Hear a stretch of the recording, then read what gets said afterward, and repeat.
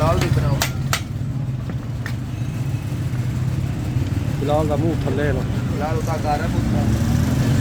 ਕੀ ਹੋਇਆ ਠੀਕ ਠਾਕ ਜਾੜੀ ਨੂੰ ਖਾਣਾ